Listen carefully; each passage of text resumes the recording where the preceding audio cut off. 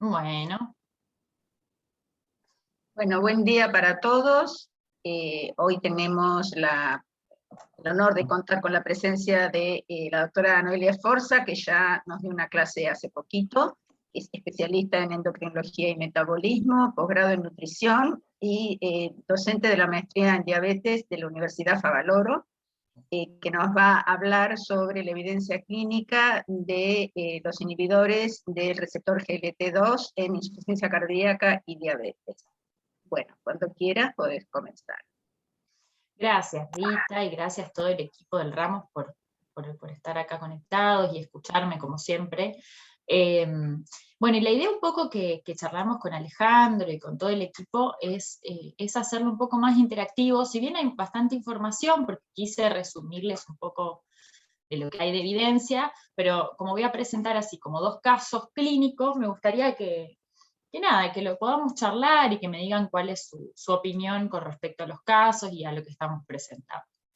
Así que dejo totalmente abierta que me interrumpan sin levantar la mano, simplemente hablando y charlamos todos juntos para que esto sea más interesante. Bueno, a ver si lo puedo pasar. Ahí estamos. Bueno, la idea era hacer por ahí un catch-up de la charla 1, simplemente para recordar como el punto final que quedó de la charla, mostrarles la historia de José, un paciente con diabetes tipo 2, la historia de Mario, un paciente con IC, y las pautas prácticas y por ahí la discusión, que la idea es charlarla entre todos, ¿sí? Bueno, respecto a lo que vimos en la charla pasada, ¿se acuerdan que la idea había sido hacer como un refresh de lo que era el tratamiento de la diabetes mellitus en los pacientes del consultorio, ¿sí? Y con el enfoque nuevo y novedoso de la protección cardiorrenal, ¿sí? Y entonces de eso surgía, como que quise ponerles las últimas guías, que si bien se las había mostrado ya previamente, pero por ahí, para refrescar, en donde claramente las guías nos muestran cómo nosotros frente a un paciente con diabetes en el consultorio tenemos que sentarnos y lo primero que hay que hacer es ver si ese paciente, digamos, está en riesgo o no de tener algún evento cardiovascular o renal, ¿sí? Entonces, si el paciente tiene indicadores de alto riesgo o enfermedad cardiovascular renal o insuficiencia cardíaca establecida, en ese paciente, independientemente de si usa o no metformina y independientemente del valor de glicosilada, vamos a ofrecerle o vamos a intentar ofrecerle a este paciente, ¿sí? Un tratamiento que haya demostrado beneficio cardiovascular o renal, ¿sí? Cualquiera sea el caso. Entonces, si el paciente tiene alto riesgo cardiovascular, ¿sí? O indicadores de enfermedad cardiovascular, a este paciente le vamos a ofrecer un inhibidor SGLT2 o un análogo GLP-1, ¿sí? Obviamente que hayan tenido, digamos, beneficio comprobado, porque recordemos que si vamos para atrás, por ejemplo, de los GLP-1, no todos los GLP-1 tienen beneficio comprobado con respecto a la reducción del riesgo cardiovascular, ¿sí? Solamente lo tiene liraglutide, semaglutide, dulaglutide, ¿sí? Por ejemplo, lixisenatide no lo tiene. Entonces, eso es un poquito la idea en el paciente que tiene enfermedad cardiovascular o establecida o indicadores de alto riesgo, ¿sí? Para el paciente con insuficiencia cardíaca y diabetes, está claro que hay que usar inhibidores de SGLT2 como primera línea incluso, con o antes de metformina, y para los pacientes con enfermedad renal, lo que las guías nos dicen es que si tiene enfermedad renal diabética y o albuminuria, ¿sí? Preferentemente vamos a utilizar un inhibidor de SGLT2 que haya tenido evidencia en los resultados primarios, ¿sí? O sea, que en un trial que haya sido diseñado para buscar o para mejorar la enfermedad renal diabética, y bueno, y si no tenemos esa posibilidad, pensamos, ¿sí? Como segunda línea en un GLP-1, ¿sí? Un poco basado en que en realidad, los estudios con outcomes primarios renales son con SGLT2, particularmente hasta ahora tenemos dapaglifosina y canaglifosina en esta población, y ongoing el de EMPA, que se llama EMPA-Kidney. Y GLP-1 en segunda línea, ¿por qué? Porque en realidad todavía no hay ningún trial con evidencia de outcomes primarios, o sea, con esa fuerza de la evidencia en enfermedad renal diabética. Sí, hay resultados, pero secundarios, ¿sí? Entonces por eso queda en segunda línea cuando vamos a elegirlo por enfermedad renal diabética. Fíjense, a la derecha sigue quedando ese grupito de pacientes en los cuales o no tienen alto riesgo cardiovascular, o no tienen enfermedad renal, o no tienen insuficiencia cardíaca, o no tienen enfermedad cardiovascular establecida, en los cuales ahí vamos a pararnos y decir, bueno, a ver, este paciente no tiene todo el resto, pero es un paciente anciano frágil, en el cual vamos a tratar de minimizar la hipoglucemia, ¿sí? Entonces en ese, bueno, fíjense que tenemos 4 opciones terapéuticas, ¿sí? Al mismo nivel. ¿Por qué? Porque son todos fármacos que no aumentan el riesgo de hipoglucemia. En segunda línea recién van a aparecer los que bajan la glucemia dependiente de insulina, ¿sí? Entonces, un poquito es acá, es dejar como para la última opción las sulfonilureas, la insulina, que son las que tienen más riesgo de hipoglucemia. Para el paciente que en realidad vos lo que querés hacer es tratar de que no gane más peso, vas a elegir los 2 fármacos que tienen evidencia en reducción del peso corporal, que son los GLP-1 y los inhibidores de GLP-2. Y si en realidad el costo es el mayor problema del paciente, ¿sí? Que esto es algo muy habitual en Argentina, así que tenemos que, no somos ajenos a esto, claramente en estos pacientes, bueno, vamos a pensar en una sulfa o una TZD, que son fármacos que hoy en día son, digamos, de menor costo que los otros. Bien. Entonces, dicho esto, les quería mostrar, este es como un resumen de las guías del 2021, con respecto a todos los, digamos, los fármacos y los beneficios cardiovasculares, renales, el impacto en el peso corporal, la eficacia con respecto a glicosilada, el peso corporal, etc. Fíjense, solamente como para remarcarles, con respecto al beneficio cardiovascular y para insuficiencia cardíaca, tenemos los inhibidores de SGLT2, y con respecto a enfermedad cardiovascular, no así para insuficiencia cardíaca, dulaglutide, como les dije, liraglutide y semaglutide, ¿sí? Y para lo que es el beneficio renal o la prevención de la enfermedad renal y protección renal, tenemos beneficio con los inhibidores de SGLT2, CANA, EMPA y DAPA, y bueno, y también los GLP-1, pero fíjense que aclaran específicamente que el beneficio es basado en los CVOTs, o sea, de análisis secundarios, en LIRA, en SEMA y en DULA también. ¿Sí? Así que yo creo que con eso podemos hacer, o podemos decir que ese sería el catch-up de nuestra reunión anterior. Yo no sé si acá quieren preguntarme algo con respecto a lo que charlamos en la reunión previa, a algo de esto que estamos hablando, y seguimos con el caso de José. ¿No hay nada? Bueno. Bueno, seguimos entonces. Perfecto. ¿Ustedes ven, perdón, arriba como un panel de control, o no? No, ¿ven bien la diapositiva? No. Sí, se ve perfecto, se ve perfecto. No, porque yo no la veo. A ver, espérenme un segundito, voy a intentar, disculpen, voy a intentar compartir de otra manera, porque la verdad es que me molesta, me molesta la presentación, no puedo ver los títulos. A ver si ahora puedo. A ver si comparto pantalla.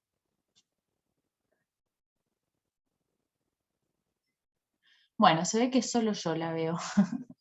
Ocultar, panel de video. Acá está, listo, ya lo resolví. Bueno, entonces les presento a José. José es un paciente de 56 años que pesa 90 kilos, que tiene obesidad grado 1, ¿sí? Si pensamos en el índice de masa corporal y no le medimos la cintura, y tiene diabetes tipo 2, ¿sí? Yo pienso en mi consultorio y digo, es un paciente habitual, ¿sí? Que viene por primera vez, y que si no ahondamos mucho más de esto, pensando quizás, por ejemplo, en el año 2011, este paciente es el típico, que bueno, reciente diagnóstico, con una glicosilada de 7,5%, en ese momento le hacíamos el screening de complicaciones crónicas, que era el fondo de ojo, ¿sí? La microalbuminuria, le pedíamos la evaluación cardiovascular por el cardiólogo, y la verdad es que en ese momento nosotros decíamos, bueno, este paciente es un paciente con el cual iniciamos tratamiento con metformina, le vamos progresando a 2 gramos días en el primer año, y si está fuera de objetivo, probablemente en el próximo control le agregábamos otro fármaco, ¿sí? Que podría, bueno, elegirse en ese momento independientemente de lo que presente el paciente. Pero fíjense, si nosotros investigamos un poco más a ese paciente, resulta que el diagnóstico de diabetes había sido hace 11 años, pero que el paciente había subestimado, ¿sí? Y él venía por primera vez a la consulta ahora, que en realidad si le tomábamos la presión, era un paciente que estaba hipertenso, que quizás él no refería o no pensaba que esa presión era una presión alta, ¿sí? Pero, sin embargo, estaba hipertenso, ¿sí? Y que si le mirábamos al laboratorio, la glicosilada estaba en 7,2, pero tenía un perfil de dislipidemia heterogénica y dislipidemia mixta con hipertrigliceridemia, con un LDL por encima objetivo, con un HDL bajo. Probablemente este paciente esté escondiendo algo más allá de su solo diabetes, de su obesidad y de su hipertensión arterial. Y bueno, como les dije, hasta hace un tiempo nosotros,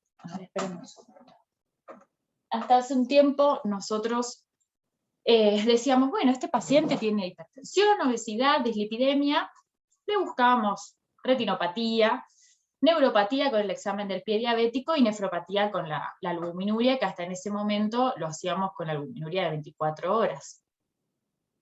Recordemos que la causa de muerte de este paciente, José, más probable es la enfermedad cardiovascular, ¿sí? ¿Por qué? Porque el daño endotelial empieza desde la aparición de la insulinoresistencia y la hiperglucemia, como les mostré en la clase pasada. El paciente este, que aparte es diabético hace más de 10 años, y no se acuerda, probablemente tenía disglucemia hace 20 años, ¿sí? E insulinoresistencia. ¿Y qué nos decían? Fíjense esto, ¿qué nos decían las guías hasta el año 2019? ¿Sí? Impongo ADA porque son como las más proactivas incluso. Hasta el 2019, ADA nos decía, ¿qué vamos a hacer con el paciente? ¿Sí? Si el paciente tiene diabetes, ¿cómo elegimos el antidiabético? Bueno, ellos decían, si tiene enfermedad cardiovascular conocida, le damos un fármaco con beneficio comprobado. Si no tiene enfermedad cardiovascular, seguimos el fármaco según criterio médico, ¿sí? Fíjense cómo ha cambiado de 2019 al 2021. Fíjense, estas son 2019, yo las del 21 ya les mostré, pero fíjense que acá ellos no ponían pacientes con alto riesgo cardiovascular, simplemente tomaban en cuenta el paciente con enfermedad cardiovascular establecida o enfermedad renal, ¿sí? Es decir, un paciente más bien de prevención secundaria. Bueno, como les dije, nuevamente, hoy en día y en el 2021, y a partir del 2019, digamos, se cambió todo esto y se empezó a mirar un poco más al paciente, este paciente del consultorio más habitual, ¿sí? Porque si vamos a pensar un poco, ¿cuál es el paciente más habitual de consultorio? Es el paciente que viene con factores de riesgo cardiovascular, que parece un paciente de bajo riesgo, pero en realidad es un paciente de alto riesgo, ¿sí? Entonces, por eso es que las guías hoy en día dicen, si el paciente tiene indicadores de alto riesgo cardiovascular o evidencia de enfermedad cardiovascular, aterosclerótica, renal o insuficiencia cardíaca, vamos a utilizar fármacos comprobados de beneficio cardiovascular. Esto es de vuelta a lo que les había mostrado, ¿sí? Para no ir de vuelta por esto, vamos a ir directamente a calcularle el riesgo a José. Bueno, José tenía todos estos factores de riesgo. Vamos a ver qué dicen las guías europeas con respecto a la estratificación de riesgo de diabéticos. Fíjense, José, yo siempre digo, es un paciente que es el habitual, nos parecía un paciente, digamos, bastante inocente. Cuando buscamos un poquito más encontramos hipertensión, dislipidemia heterogénica, y cualquiera de nosotros, yo estoy segura, porque por ahí en el consultorio uno no tiene tiempo y no se pone a pensar, pero diría, no sé si este paciente tiene muy alto riesgo cardiovascular. Y sin embargo, fíjense, si vamos a ver la clasificación de riesgo, es un paciente que cumple criterios de muy alto riesgo cardiovascular. Es un paciente diabético tipo 2, que tiene al menos 3 factores de riesgo cardiovascular, ¿sí?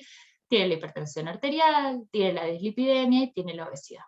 ¿Sí? Fíjense que muy alto riesgo también implica que nosotros busquemos el riesgo. Porque si yo no le hago un ecocardio a ese paciente, me pierdo ver si tiene una hipertrofia ventricular izquierda, que eso ya es muy alto riesgo, ¿sí? Si yo no le pido un fondo de ojo, me pierdo de saber si es un paciente de muy alto riesgo. Si yo no le pido la albuminuria y no le mido el filtrado con la creatinina sérica, me pierdo de saber si es un paciente de alto riesgo, ¿sí? Entonces, aquí va un poco el llamado a la acción en nosotros que vemos el paciente de primera línea en el consultorio, decir, bueno, estratifico el paciente, le busco el riesgo cardiovascular, pero hay que hacer búsqueda activa, ¿sí? Hay que pedirle el ecocardio, hay que medirle el filtrado con la creatinina, hay que pedirle la albuminuria, porque probablemente el paciente con, digamos, el paciente con diabetes con bajo riesgo no existe. La realidad es que, fíjense, moderado riesgo es el paciente que no tiene ningún factor de riesgo cardiovascular adicional, es decir, que tiene solo diabetes, que tiene menos de 50 años y que la diabetes es de duración de menos de 10 años. O sea, un paciente, la verdad es que no es lo habitual ver en el consultorio. Y eso habla un poco también de la falla de prevención que tenemos en nuestro sistema de salud y en todo el mundo, ¿no? Porque esto no es solo en Argentina. Y habla también un poco de la inercia de nosotros, de los médicos, y de la falta de campañas de educación y de diagnóstico precoz de enfermedad. Y por otro lado, también de toda esta epidemia de obesidad que estamos teniendo. Perdón, ¿hay alguien? Por favor, eso, que silencie el Galaxy Prime, gracias.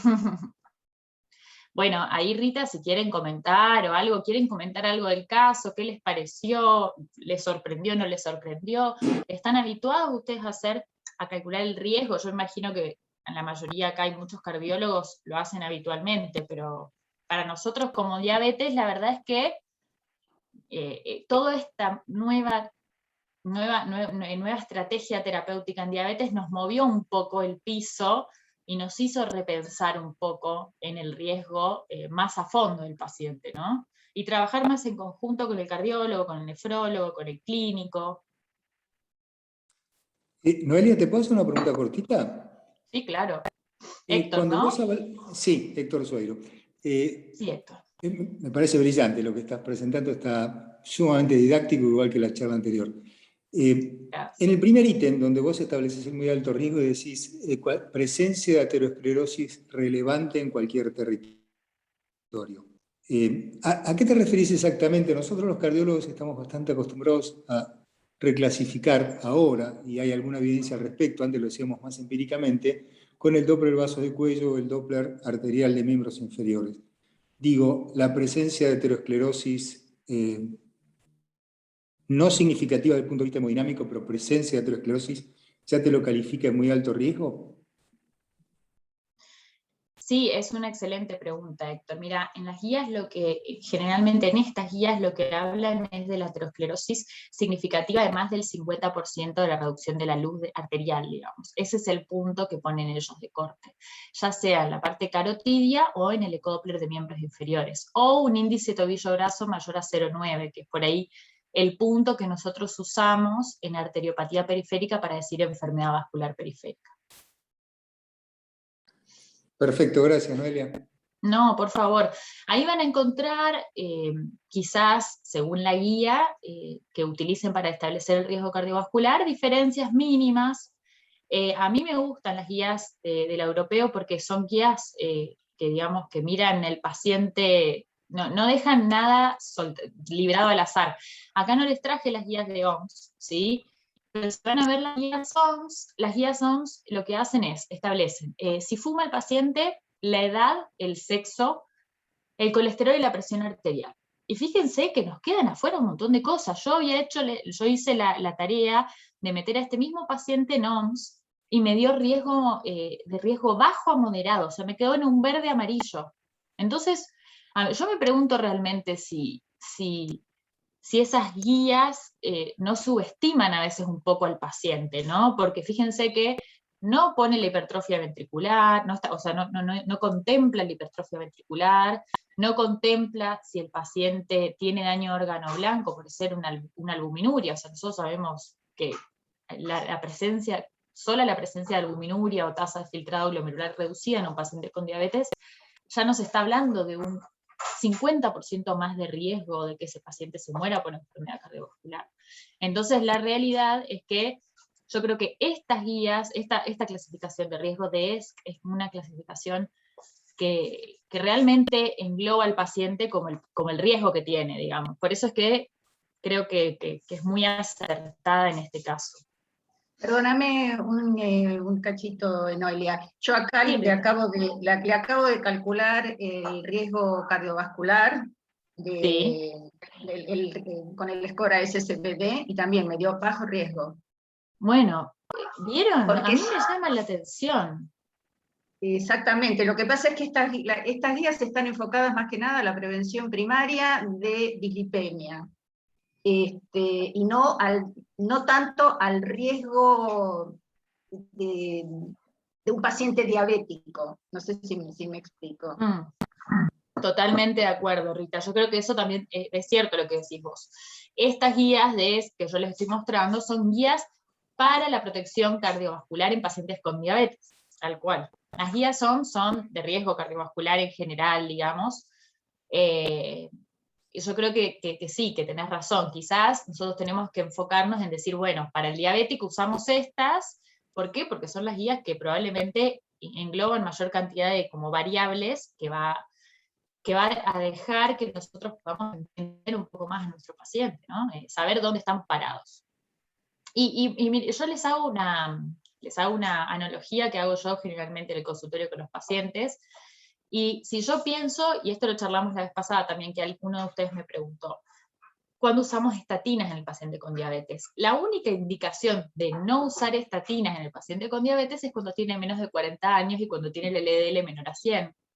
Y la verdad es que es imposible casi encontrar un paciente así. Yo les digo en la práctica clínica, es perro verde, por decirlo así, pero la verdad es que es muy difícil encontrar un paciente al cual no le toquen estatinas de moderada o alta intensidad, ¿sí? Porque el paciente llega tarde al consultorio. Por eso es que yo siempre digo, el enfoque está en el clínico y también en el cardiólogo, porque probablemente al diabetólogo llegan cuando ya es como que está complicado, pero el clínico que ve al paciente desde el inicio, desde que empieza su hipertensión, probablemente el cardiólogo también a veces logra ver el paciente de estadios tan tempranos, quizás podemos empezar a hacer estrategias desde el punto de vista más temprano, ¿no? Con el paciente, para que no llegue cuando ya está infartado.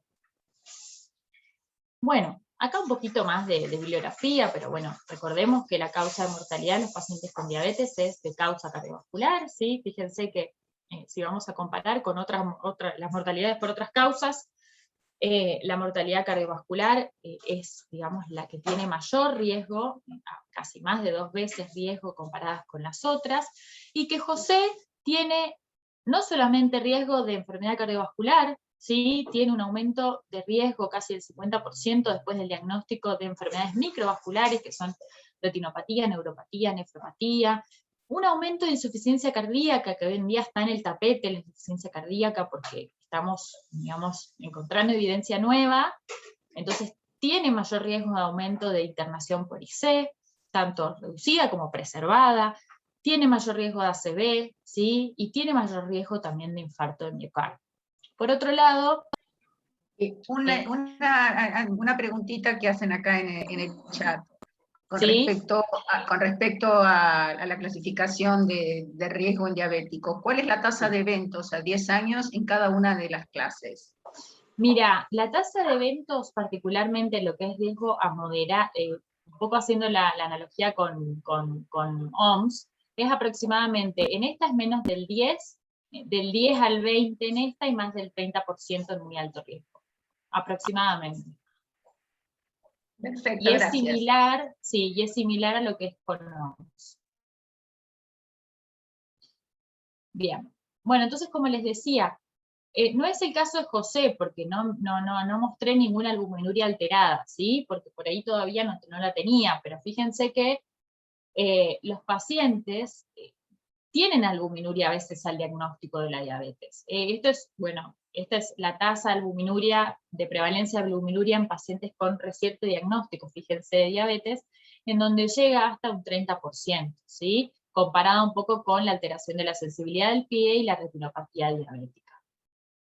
Entonces, no nos olvidemos también que tenemos que hacer búsqueda activa de microalbuminuria porque la diabetes es la primera causa de insuficiencia renal y diálisis en adultos, y hoy en día más del 80% de la nefropatía terminal es causada por la diabetes o la hipertensión, ¿sí? Entonces, en esos dos pacientes, hoy en día nosotros como médicos tenemos la obligación de testear y escreenear la albuminuria en orina, ¿sí? En diabetes e hipertensos. Noelia, una pregunta. ¿Cómo el Sí, tema de la microalbuminuria lo estás manejando con 24 horas o la relación de albuminuria con creatinina en orina? sí, esa es una excelente, gracias Mario, porque está bueno aclararlo. Mira, nosotros hasta hace 2, 3 años hacíamos microalbuminuria en orina de 24 horas. Después se empezó a modificar este concepto, ¿por qué? Porque el paciente tiene que cumplir con muchas condiciones preanalíticas para realizarla, generalmente el paciente perdía una orina, y la verdad es que los resultados no tenían la veracidad suficiente a veces para tomarlo en cuenta. Entonces lo que se hizo, se estandarizó la relación albúmina-creatinina en orina aislada. Entonces hoy en día la indicación es hacer la RAC o la UACR en inglés. Nosotros en castellano le decimos RAC, que es relación albuminuria-creatininuria, en gramos por gramos de creatinina. Y ese valor, digamos, nos va a decir si el paciente tiene o no riesgo. Acuérdense, quiero hacer como un refresh de este punto. El paciente tiene que tener dos valores alterados, ¿sí? Con un intervalo de 3 meses, no menor a 3 meses entre una muestra y la otra, ¿sí? ¿Por qué esto? Porque quizás puede ser una condición aguda o porque puede ser una condición en la que el paciente estaba de repente hipertenso, hiperglucémico, entonces nos da un falso positivo. Esta medición tiene varios falsos positivos. Es infecciones urinarias, dan falsos positivos. Si el paciente hace ejercicio físico intenso, también. Si el paciente está hiperglucémico o hipertenso no controlado, también.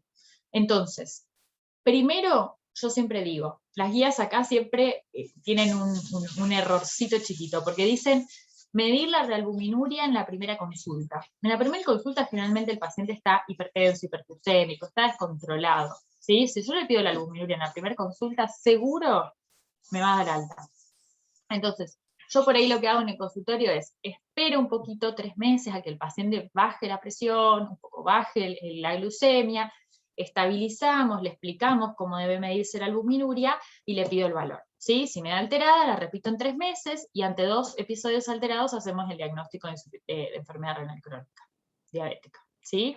Pero esas condiciones son importantes porque si se la pido y viene alterada, bueno, ya aparte incluso el paciente se pone mal, piensa que tiene un problema renal, que va a ir a diálisis, porque lo primero que piensan es riñón diálisis. Entonces, para evitar todas esas cosas, usamos albuminuria a la mañana, o sea, en spot, le pedimos que cumpla con las condiciones y lo hacemos cuando está estabilizado de su diabetes, ¿sí? O por lo menos mínimamente estabilizado.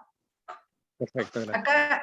Acá hay otra pregunta. Una consulta, ¿solo la glucemia alterada en ayunas se medica?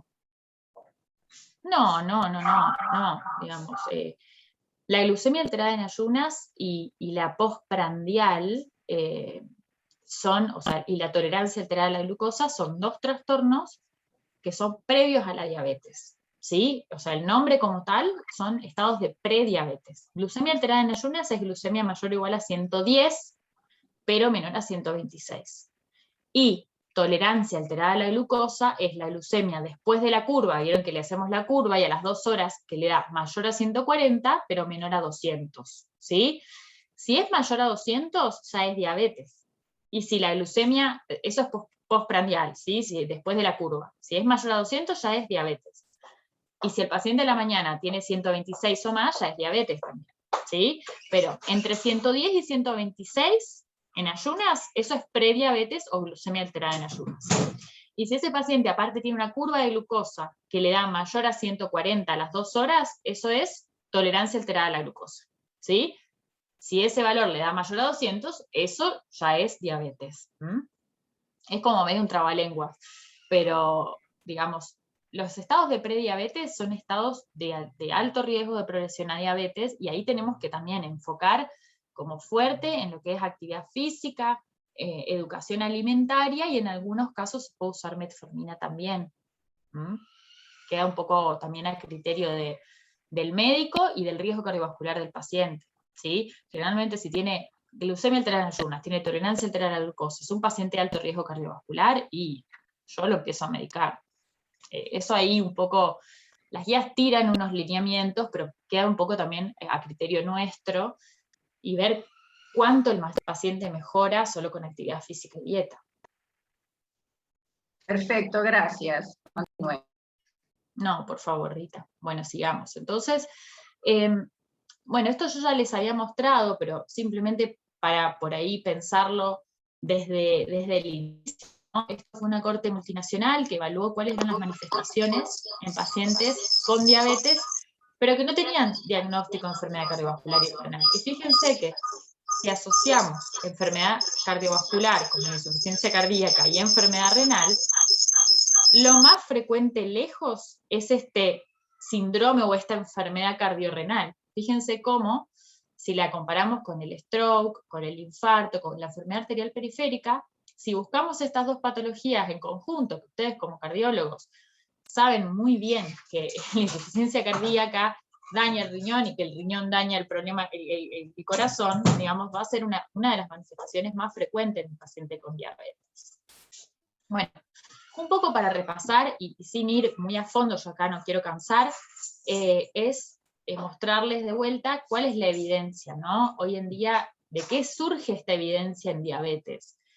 Surge de los estudios de seguridad cardiovascular. En este caso, con los inhibidores de SGLT2, la evidencia surge del EMPA-REG, del estudio Credence con canaglifosina, bueno, EMPA-REG con EMPA, que incluyó 7.000 pacientes, Credence con cana, que incluyó 4.000 pacientes. CANVAS, ¿sí? Credence fue de función renal más alterada, CANVAS fue de función renal, digamos, más preservada, con 10.000 pacientes, y DECLARE con 17.000 pacientes. Más recientemente, VERTIS con 8.000 pacientes, ¿sí? Que es, VERTIS es ertuglifosina, esto es cana también, y esto es dapaglifosina. Fíjense, por ahí, que es muy interesante ver cómo no solamente, y acá se entiende por qué las guías avanzaron. Fíjense, hasta EMPA-REG y cana fueron los primeros, digamos. EMPA-REG primerito con 2015, y después vino cana, y por último 2018 vino DECLARE con DAPA. Entonces, fíjense que las guías hasta 2019 nos decían paciente con enfermedad cardiovascular establecida. ¿Por qué? Porque todavía no teníamos la evidencia de esto, ¿sí? Entonces, hasta ese punto teníamos la evidencia de EMPA, ¿sí? Entonces decíamos, bueno, EMPA y cana, pacientes mayormente enfermos cardíacos, le damos lo indicamos en pacientes con esta característica. Pero después vino DAPA, que mostró con su 60% de población parecida a José, ¿sí? al paciente que les mostré, mostró evidencia en prevención primaria, ¿sí? Y eso dio el puntapié inicial para el cambio de las guías de tratamiento, en donde hoy en día involucran también al paciente con factores de riesgo cardiovascular, y no solamente al paciente con enfermedad cardiovascular establecida, ¿sí? Fíjense cómo a la derecha, esto es el MACE en placebo de los pacientes en cada estudio, y vemos cómo claramente, eventos eran mucho mayores en pacientes en PARREG, y bueno, y así van bajando, pero ¿por qué? Porque eran pacientes mucho más severos, ¿sí? Ven bien que eran pacientes mucho más enfermos, entonces el evento placebo es mayor, versus DAPA, que es el menor porque tenían pacientes más sanos.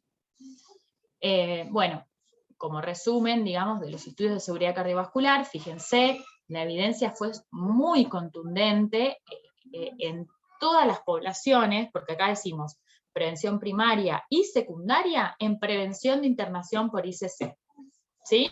Entonces, los inhibidores de SGLT2 tienen evidencia robusta, tanto en enfermos cardiovasculares como en múltiples factores de riesgo, en internación, en reducción de internaciones por IC, y yo, a ver, sacando ERTU, fíjense con lo renal, ¿sí? Progresión de albuminuria y endpoints renales, sean secundarios, pero fíjense qué interesante, todos de vuelta, beneficio de clase, ¿sí? Ahí con ertuglifosina podemos hacer otro Ateneo, ¿no? Pensando entre todos qué pasó.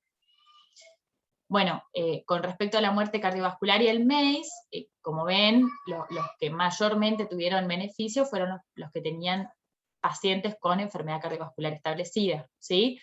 Después yo la vez pasada les mostré que en DECLARE, si bien en la población general, que era 60 factores de riesgo, 40 enfermedad cardiovascular establecida, no hubo definición de MACE significativa, sí hubo tendencia.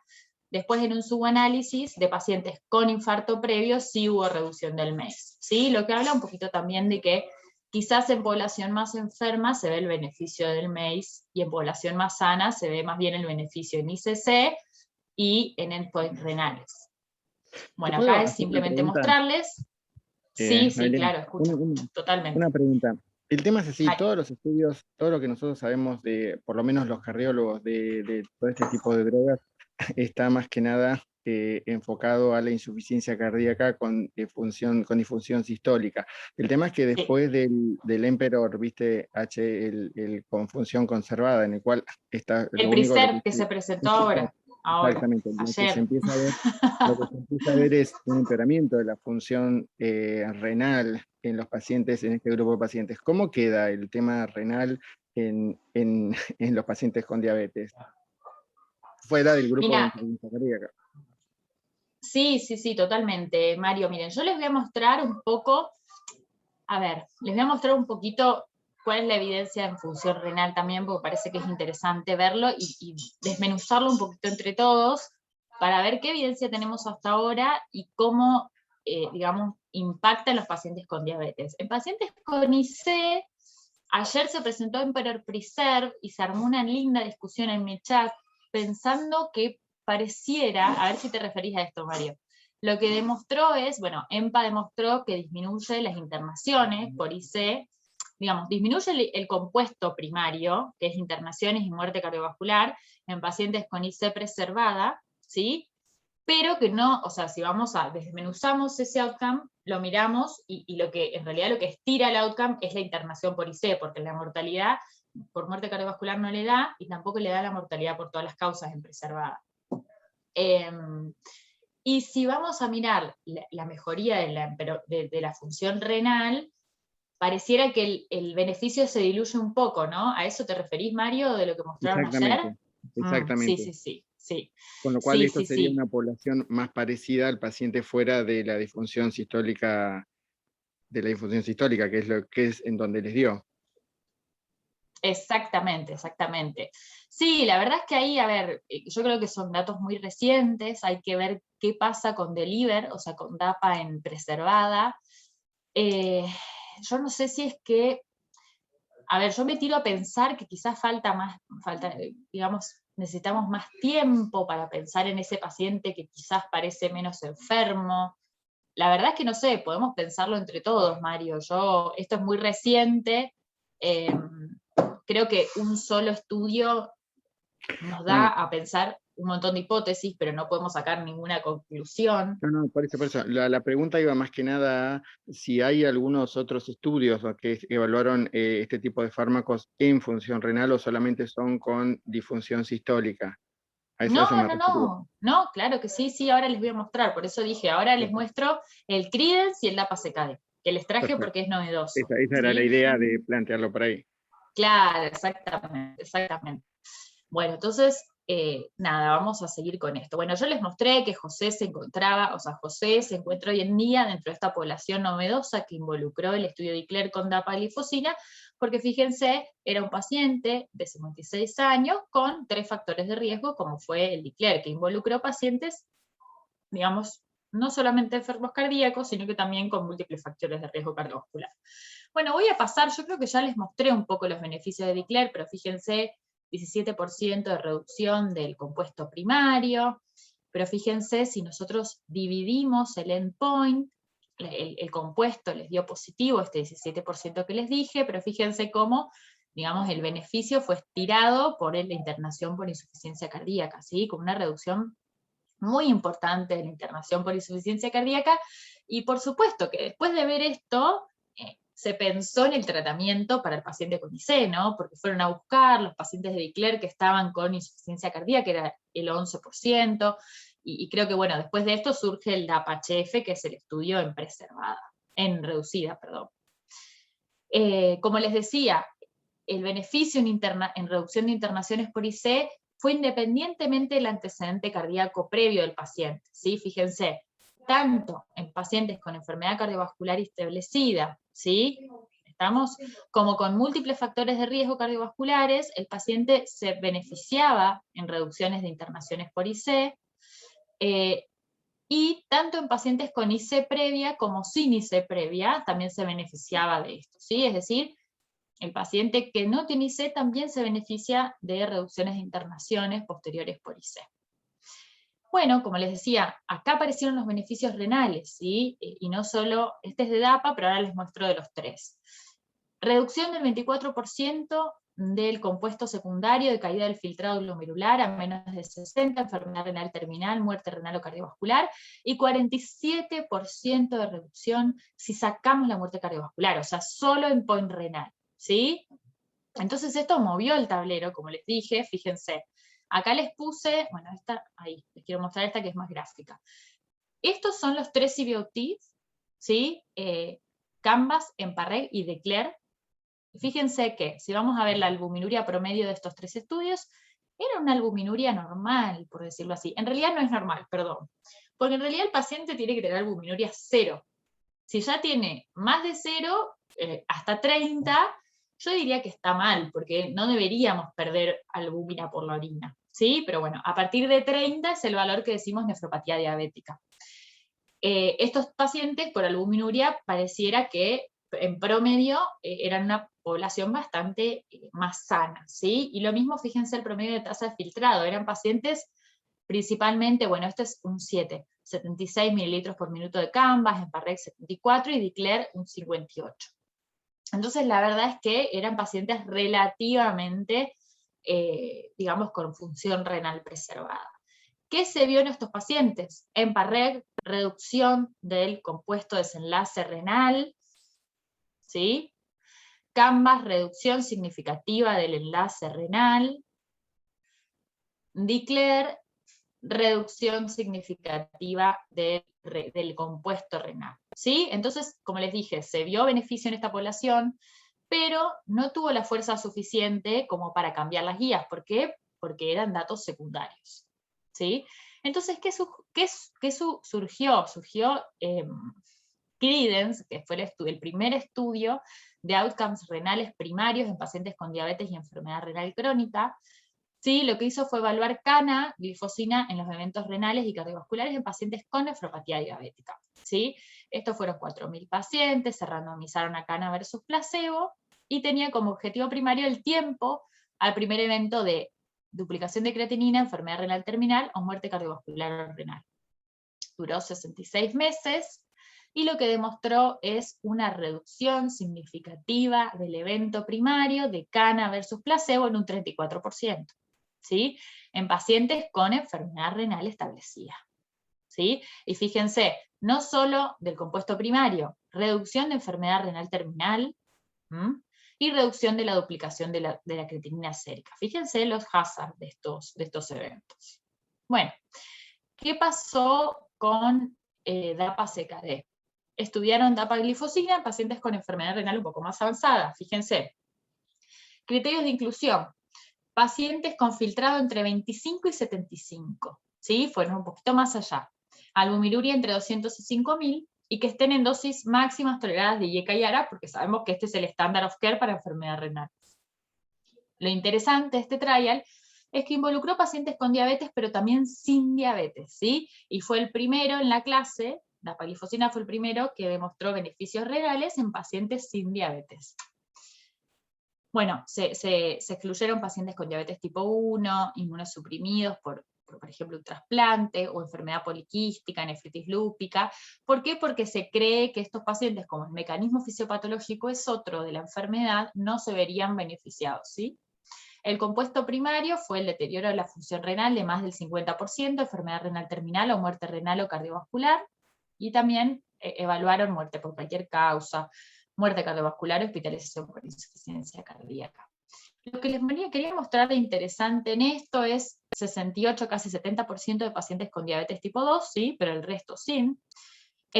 Tasa de filtrado glomerular promedio, fíjense, 43, es decir, estos pacientes se encontraban en estadio 3 aproximadamente de función renal, con una albuminuria ya positiva de 900. Y acá tenemos un paciente más enfermo, claramente, ¿no? Versus los CVOTs, en donde el 86% de los diabéticos tenían nefropatía diabética y el 60% de la población total tenía nefropatía diabética, el resto hipertensiva y glomerulonefritis. ¿Qué se vio? Bueno, casi 40% de reducción del objetivo compuesto primario, enfermedad renal terminal, muerte renal, disminución de la tasa de filtrado glomerular, 44% de reducción del compuesto si le sacamos la muerte cardiovascular, ¿sí? De vuelta, una reducción significativa, independientemente del estatus de diabetes, ¿sí? Pacientes con diabetes se beneficiaban igual que los pacientes sin diabetes. Muerte renal, trasplante y diálisis, reducción del 34%, y hospitalización por insuficiencia cardíaca y muerte cardiovascular, 29% de reducción, y muerte por cualquier causa de 31%. Bueno, esto como que, si les queda alguna duda, yo la verdad es que no quise poner muchas cosas porque es bastante intenso mostrar muchos trials, pero quiero dejar abierta acá la discusión de que charlemos de por ahí el beneficio en etapas tempranas y también en etapas tardías, como mostró la evidencia, y escucharlos un poquito, para pasar a la parte de IC. Bueno, lo que pasa es que tratemos de ser breves a los que quieran hacer alguna pregunta, porque si no, nos va a ir todo el tiempo. Así que, Gabriel, si quieres preguntar algo, pregúntalo, pero tratemos de ser breves. Sí, buen día, algo puntual. Muy buena y muy completa Sí, la presentación. Yo quería preguntarle en qué quedó, porque había algún reporte de una de estas drogas que se había hablado de pacientes con arteriopatía periférica que aumentaba el índice de amputaciones, utilizando no sé cuál de estas drogas. Quería que eso fue motivo de controversia. Bueno, esa pregunta. Sí, Gabriel, perfecto, fantástico. Ese era un punto que tranquilamente se podía discutir, porque e incluso nosotros generalmente cuando hacemos las charlas y cuando lo ponemos en las preguntas y respuestas, porque está bueno aclararlo. En Canvas, Gabriel, que es con canaglifosina, se vio aumento de amputaciones en los pacientes que usaran canaglifosina versus placebo. Fue el único de todos los estudios de seguridad cardiovascular en diabetes que demostró aumento de amputaciones. Se hizo un análisis de eso. Se buscó qué pasaba con esos pacientes, si eran pacientes especiales. Bueno, acordémonos que canaglifosina en Canvas eran pacientes, como en EMPARREG, eran pacientes enfermos cardiovasculares severos, es decir, que ya tenían una enfermedad cardiovascular establecida. Y por otro lado, estos pacientes que hicieron amputaciones, lo que se vio es que eran pacientes con enfermedad arterial periférica severa, ¿sí? Y que por algún otro motivo estaban usando más diuréticos. Entonces, probablemente ahí el riesgo esté, Gabriel. Primero, no es un riesgo de clase, y eso no lo digo yo, lo dicen, digamos, el ente regulatorio. ¿Por qué? Porque FDA sacó un black box solo para CANA, no sacó ni para DAPA, ni para EMPA, ni para ERTU. ¿Por qué? Porque los otros inhibidores de SGLT2 no demostraron ese riesgo asociado. Entonces, digamos, lo que vieron en Canvas y analizaron esa población chiquita, y lo que sucedió es que esos pacientes, como les dije, eran pacientes vasculares severos y eran pacientes que estaban con dosis de diuréticos altas. Entonces, lo que surge como recomendación en pacientes con canaglifosina, y un poco, digamos, con todos los inhibidores de SGLT2, es, digamos, el paciente tiene que hacer sus revisiones habituales del pie. Y particularmente con cana, lo que vieron es que esos pacientes que hicieron las amputaciones eran pacientes que probablemente hayan tenido un episodio de hipovolemia asociado a su enfermedad arterial periférica. Entonces, este paciente, que aparte le llega poca sangre a los tejidos periféricos porque tiene una enfermedad arterial periférica severa y que para colmo toma muchos diuréticos, no sé, eventualmente el paciente está hipovolémico, le llega menos sangre a los tejidos y hace la isquemia, ¿sí? Entonces por ahí el warning viene por ese lado, Gabriel. La realidad es que no se vio con las otras moléculas y tampoco se vio en Credence. Eso fue lo llamativo, que Credence es el estudio, con Cana también, con enfermos renales. Entonces, la verdad es que llama mucho la atención. No se vio en los estudios de vida real, que son los estudios que vos decís, bueno, no son trials y son más parecidos al paciente y involucraron Cana, EMPA y DAPA. La realidad es que el riesgo por ahí está, yo siempre digo, en ese paciente que está muy severo vascular y que aparte está con altas dosis de diuréticos en los que nosotros por ahí pensamos que la arteriopatía no está compensada o está con un pie diabético activo. ¿Sí? Que aparte sabemos, si está con un pie diabético activo, sabemos que hay marcadores inflamatorios que están incrementando aún más la hipoperfusión de ese tejido. Por ahí, esa es la respuesta, digamos. Pero para que se queden tranquilos, fue solo en Cana y fue solo en Canvas. O sea, fue solo con Cana y en Canvas. ¿Sí? Bueno, perfecto. Yo te diría ahora que continuemos sin preguntas y que las dejemos para el final, porque si no bueno, nos vamos a quedar sin tiempo. Está bien, perfecto, Rita, gracias. No, bueno, este es un poquito, bueno, todos sabemos, acá ustedes, la mayoría son cardiólogos, así que yo no voy a ahondar, y les voy a dejar acá que hablen ustedes, porque yo no soy cardióloga, así que acá los expertos son ustedes. Un poco hablando de IC, sabemos que la IC es un problema también de salud mundial, ¿sí? Que la prevalencia obviamente que no es la misma que diabetes, pero es una prevalencia importante. Pero por ahí lo que es más importante en el paciente con IC es que el paciente a los 5 años, el 50% tiene mortalidad. O sea, la mortalidad del 50% es altísima a los 5 años. Entonces, estamos hablando de una patología en la que no tenemos mucho tiempo para actuar, ¿sí? Entonces, fíjense, el paciente con IC tiene riesgo alto de muerte, hospitalización, 9 de 10 pacientes son sintomáticos, incluso bajo tratamiento, casi un tercio de los pacientes con IC con fracción de eyección reducida tienen riesgo elevado de hospitalizaciones y muerte por causa cardiovascular, y la realidad es que también el paciente tiene muy afectada la calidad de vida, ¿sí? El paciente que tiene insuficiencia cardíaca es el paciente que viene al consultorio frecuentemente diciéndote que está cansado de su enfermedad, ¿sí? ¿Por qué? Porque no puede hacer sus actividades de la vida diaria. Y fíjense qué interesante este punto. Bueno, hasta ahora, digamos, sabemos que la insuficiencia cardíaca se trata con IECA, con ARA, con betabloqueantes, con metabolistas receptor de mineralocorticoides, con sacubitril, valsartán y con diuréticos de ASA, que son, digamos, tratamientos del standard of care, no sé por qué se me pasan solas las diapositivas, perdón, del standard of care, del tratamiento del IC.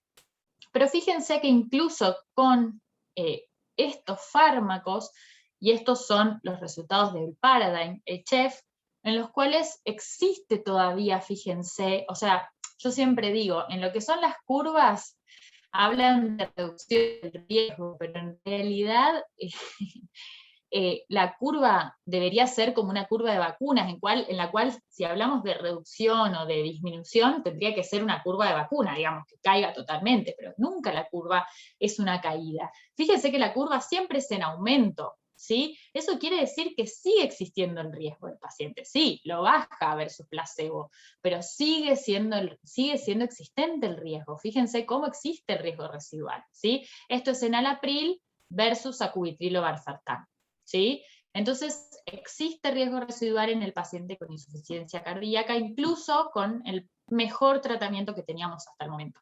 Bueno, este es Alberto, tiene 56 años, es contador, tiene una FEBI de 32, tiene una clase funcional 2, con edema, está cansado, tiene ritmo sinusal, no tiene diabetes y no fuma, ¿sí?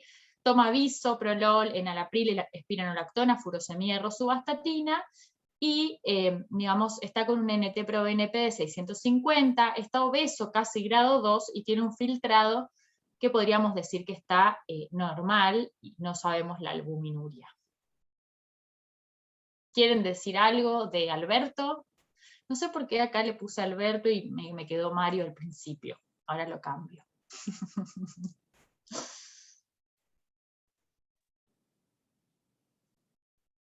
Bueno, continuamos porque nadie se animó. Bueno, Rita. Bueno, les muestro un poquito, y les muestro DAPA, ¿por qué? Porque fue por ahí, hasta ahora tenemos la indicación de DAPA, pero todos sabemos que también está Emperor, como dijo Mario, Emperor en reducida, y ahora salió Emperor en preservada también, ayer. Pero les cuento un poquito para conocer un poco el primero, que fue dapaglifosina en insuficiencia cardíaca con fracción de eyección reducida. Bueno, como les había dicho, en DECLARE, en un subanálisis de DECLARE que no les mostré, pero existe, miraron qué pacientes tenían fracción de eyección reducida y vieron que en esos pacientes había reducción significativa incluso de la mortalidad, ¿sí? En ese subanálisis chiquitito de pacientes. Entonces, ¿qué hicieron? Bueno, surge DAPA-HF, ¿sí? Un estudio con el objetivo de evaluar pacientes con insuficiencia cardíaca con fracción de eyección reducida, incluyó 4.700 pacientes con y sin diabetes, con diagnóstico de insuficiencia cardíaca sintomática, clase 2 a 4, con FEBI menor a 40, con un NT-proBNP elevado, filtrado mayor a 30, y que estén en un tratamiento estable para insuficiencia cardíaca reducida, ¿sí? Se alotenizaron a DAPA versus placebo, se siguieron por 18 meses, y el objetivo primario fue la muerte por causa cardiovascular, hospitalización por insuficiencia cardíaca o visita urgente por IC. Bueno, fíjense, esta es la población de pacientes de DAPA-HF. Media de edad de 66 años, 76% masculino, con un índice de masa corporal de 28 y una tasa de filtrado glomerular promedio de 41, de 66 mililitros por minuto, ¿sí? O sea que esto habla de que el menos del 60 mililitros por minuto de tasa que hablábamos ya de enfermedad renal crónica estaba en aproximadamente un 41%. Con respecto a la clase funcional, en clase 2 teníamos un 67% de los pacientes versus clase 3, 32, una FEBI media de 31, una mediana de ProBNP de 1400, y como antecedentes tenían diabetes en un 45%, hospitalización por IC en un 47% y fibrilación auricular en un 38%.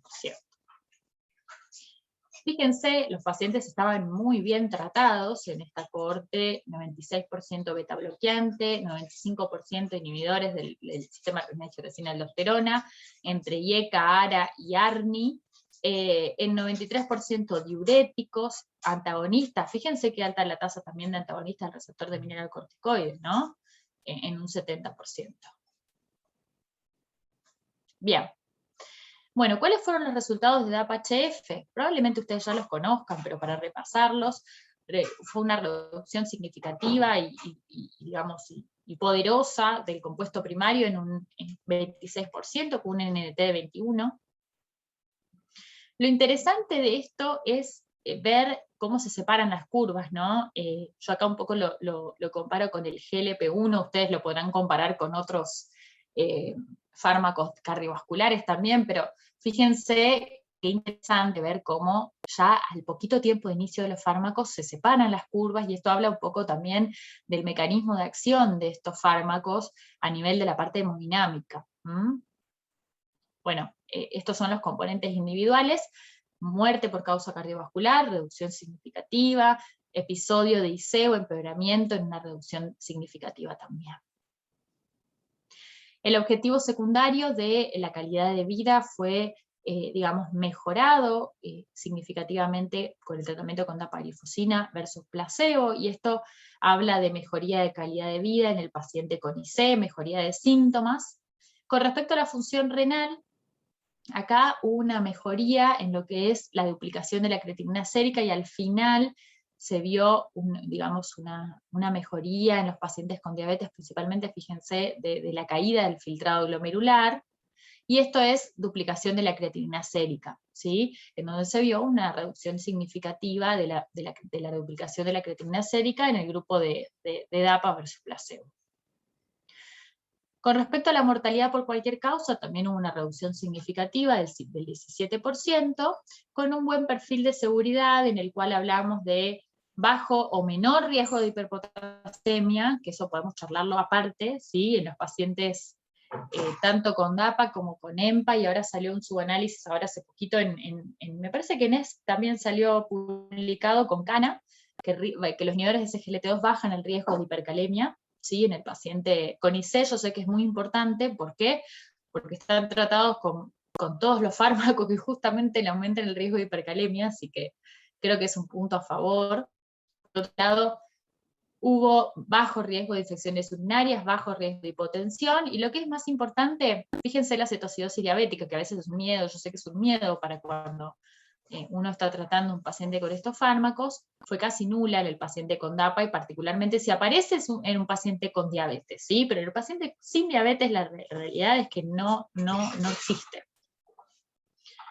Bueno, ¿cuándo entonces empezamos el tratamiento con estos fármacos en insuficiencia cardíaca?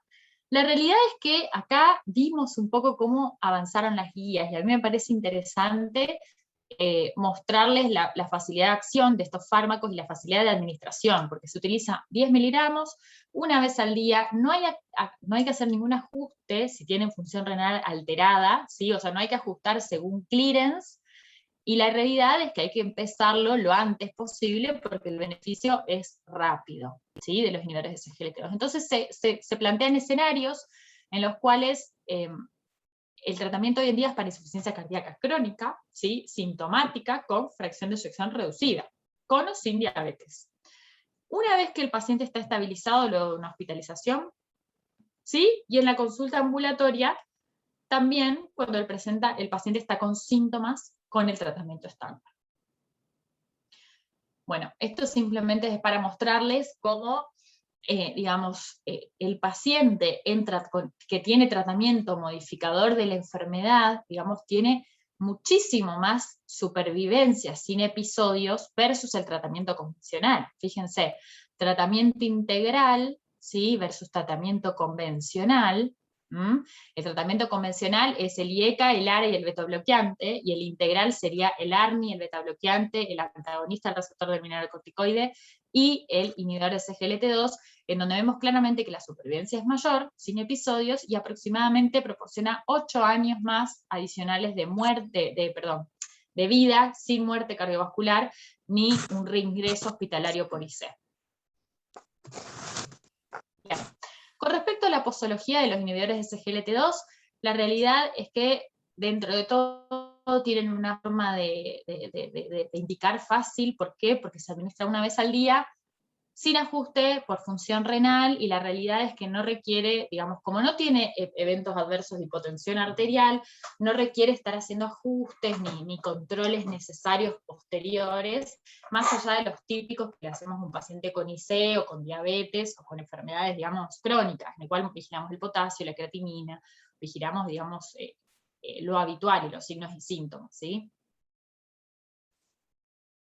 Bueno, como les dije, hoy en día, en la indicación que tenemos en el prospecto de dapaglifosina, que por ahora es el único que fue aprobado en Argentina para el tratamiento de la insuficiencia cardíaca, tenemos que podemos usar DAPA para pacientes con IC, con o sin diabetes, ¿sí? Con una tasa de filtrado glomerular hasta 30, o sea, hasta 30 nosotros podemos iniciar el tratamiento, ¿sí? Con o sin medicamentos de base, cardiovasculares o para la diabetes. Esto es independientemente, por ejemplo, hay un subanálisis que mostró el beneficio de DAPA en pacientes con y sin ARNI. Es decir, que a veces si uno se pregunta, decir, bueno, a ver, el paciente con ARNI o sin ARNI, ¿cómo está el beneficio? Bueno, hay un subanálisis que muestra el beneficio en pacientes con y sin ARNI. O sea que el paciente o no con saltril o valsartán se va a beneficiar igual de esta reducción de los eventos, ¿sí?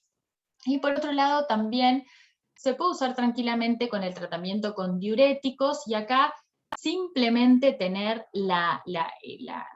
el cuidado de decir, bueno, voy a mirar al paciente, como ustedes lo saben hacer, evaluarlo clínicamente y decir, bueno, si el paciente tiene más signos de deshidratación y lo veo un poco seco, vamos a ajustar la dosis del diurético, probablemente reducir.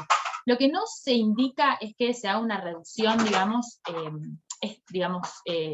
que siempre se haga una reducción del diurético una vez que empezás la DAPA, ¿sí? ¿Por qué? Porque no siempre necesitas el ajuste. Entonces lo que se indica es que digamos, de acuerdo al estado volémico del paciente, hagas el ajuste que necesites, y después lo vayas viendo según cómo esté su estado volémico en las consultas subsiguientes. Bueno, ¿qué nos dicen las guías? Y acá un poco también hay novedad, porque se publicaron las guías enteras ahora en el europeo, y cambió todo el esquema. Yo sé que ustedes, que vienen trabajando hace mucho tiempo con insuficiencia cardíaca, saben que por ahí el enfoque era un poco más escalonado o progresivo, iban viendo, digamos, empezaba con la terapia convencional y después iban agregando un antagonista al receptor de mineralocorticoides, el paciente seguía asintomático, y después, digamos, se pensaba en otras estrategias según la sintomatología del paciente, ¿no? Hoy en día, la realidad es, fíjense, que ya se habla de, este es el 2021 del ACC, que incluye los análisis del DAPA-HF y del Emperor Reviews, que es el estudio con empaglifosina, en donde fíjense que se establece IECA, ARA, ARNI, siempre, bueno, ante la posibilidad se prefiere el ARNI, ¿sí? Más beta bloqueante, más, y el diurético si es necesario, ¿sí? Pero fíjense que ya los 5 agentes, por decirlo así, el inhibidor de SGLT2 entra dentro del pilar de tratamiento de inicio del paciente con insuficiencia cardíaca, para todos los que cumplan con el criterio de filtrado glomerular, ¿no? Si el paciente queda fuera por filtrado, bueno, ahí tenemos que pensar en otras opciones. Y esto no solamente surge de guías internacionales, también surge de nuestras guías actuales, y fíjense, estas son las recomendaciones FACSAC sobre el uso de glifosinas en pacientes con IC, en donde claramente en reducida, con o sin diabetes, ellos establecen que hay 4 columnas básicas de tratamiento, que son ARNI, betabloqueantes, antagonistas al receptor de mineralocorticoides y inhibidores de SGLT2. La realidad es que hoy en día las últimas guías que salen ahora publicadas son recomendación 1A, ¿sí? Los inhibidores de SGLT2. Así que en reducida. Así que yo creo que, bueno, estamos frente a un cambio del paradigma también del tratamiento de la insuficiencia cardíaca, en donde estos fármacos vienen a agregarse al tratamiento estándar of care en estos pacientes, ¿sí? ¿Por qué? Porque tenemos eficacia, que nos cambia la práctica, porque son tolerables y porque son fáciles de usar, y bueno, obviamente que nos demostró en la evidencia que mejora los outcomes. Bueno, creo que eso es todo. Yo simplemente les quería mostrar esta diapo y abro la discusión, que por ahí les puede interesar. Si el paciente tiene, fíjense, ¿cómo usamos estos fármacos si el paciente viene tratado con una sulfonilurera o una insulina? Miren qué interesante. Si el paciente está con una glicosilada muy alta, claramente el inhibidor SGLT2 le va a venir bien, no solamente para reducirle el problema cardio o renal, sino que también para bajar la glucemia. Entonces ahí no tenemos ningún problema, ¿sí? Vamos a continuar con la misma dosis de sulfa o insulina y vamos a agregar el inhibidor SGLT2 porque probablemente, digamos, sea beneficioso y no le va a generar una hipoglucemia. Si el paciente tiene una glicosilada menor a 8,5, ahí sí tenemos indicación de reducir hasta un 50% o incluso suspender las sulfonilureas y la insulina en un 20%, y vamos a ir ajustando las dosis de acuerdo al monitoreo glucémico, ¿sí? Y si el paciente, del otro lado, está con metformina, o GLP-1, o inhibidores de PP4, o TZD, ¿sí? La realidad es como ahí el riesgo de hipoglucemia es mucho menor, porque todos estos fármacos, digamos, si bien a veces actúan los GLP-1 y las incretinas dependiente un poco de insulina, pero son fármacos inteligentes que no actúan cuando la glucemia está baja, no va a haber riesgo de hipoglucemia, entonces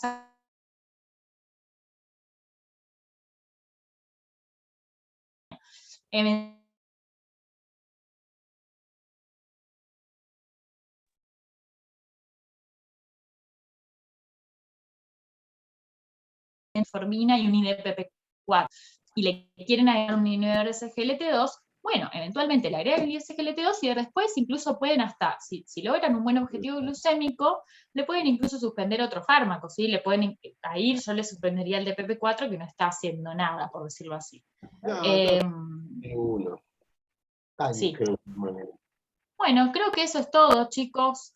Dejo abierta la discusión. Espero que les haya servido y que no hayan quedado muchas dudas. Igual siempre es bueno tener dudas porque podemos seguir viéndonos. Bueno, muchísimas gracias, Noelia, muy interesante, muy actualizado todo. Bueno, abrimos entonces las preguntas. ¿Alguien tiene alguna pregunta para hacer? ¿Algún comentario? No, si me permitís, Rita, primero quería agradecerle y felicitarle a Noelia. No me sorprende la brillante exposición que ha hecho, porque hace unos meses tengo el gusto de conocerla y hasta de trabajar y pensar junto con Mario un protocolo que queremos hacer con AstraZeneca. Y tiene que ver con esto, por lo siguiente, porque lo ha marcado muy bien Noelia, pero un poco la línea que estamos siguiendo nosotros como división. ¿Cuánto todavía nos falta para saber realmente, poder decir con autoridad que estamos haciendo una medicina basada en la evidencia? ¿Cuánto nos falta todavía para llevar de los estudios multicéntricos? Cada vez queda más claro que hay que seccionar con un bisturí la información que nos dan los estudios multicéntricos para después llevarlos a la práctica del paciente concreto. Viene a cuento porque, por ejemplo, cuando uno lee, va a hacer análisis del tema del Empero que se presentó ayer, cuando uno lee la letra chica del estudio, como dijo muy bien Noelia, evidentemente estos resultados van a tener que ser amplificados con otros estudios, porque lo que muestra el Emperor es que serviría para pacientes mayores de 70 años. No demostró beneficios menores de 70 años. No demostró beneficios más allá de los caucásicos norteamericanos o europeos. No dio ni con la raza negra ni con lo que ellos llaman latinos, con nosotros. Curiosamente no dio con pacientes con clase 3 y 4, solamente con clase funcional 2. Y después el tema es que otras curiosidades es que, por ejemplo, la fracción de eyección que dio fue de entre 40 y 60. Los que tenían mejor fracción de eyección no dio tampoco. Y tampoco aclaran si fueron beneficiados los pacientes que habían tenido internaciones en los últimos 12 meses, que es un cuarto de la población general, o los que no habían tenido internación, lo cual es muy importante para nosotros cuando tenemos un paciente. Y finalmente, una cosa interesante, y los invito a que lo lean, que lean la letra chica de los estudios, que es lo que siempre decimos a nuestros residentes, es que en realidad, cuando uno lee el estudio, disminuyó el número de internaciones por insuficiencia cardíaca, pero no disminuyó el número de internaciones totales.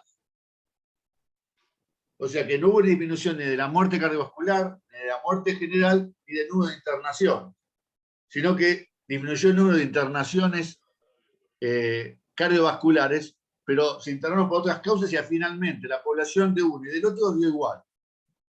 Con lo cual, nuevamente el tema de pensar y personalizar el tratamiento es un poco también lo que nos aventuramos a hacer con Noelia.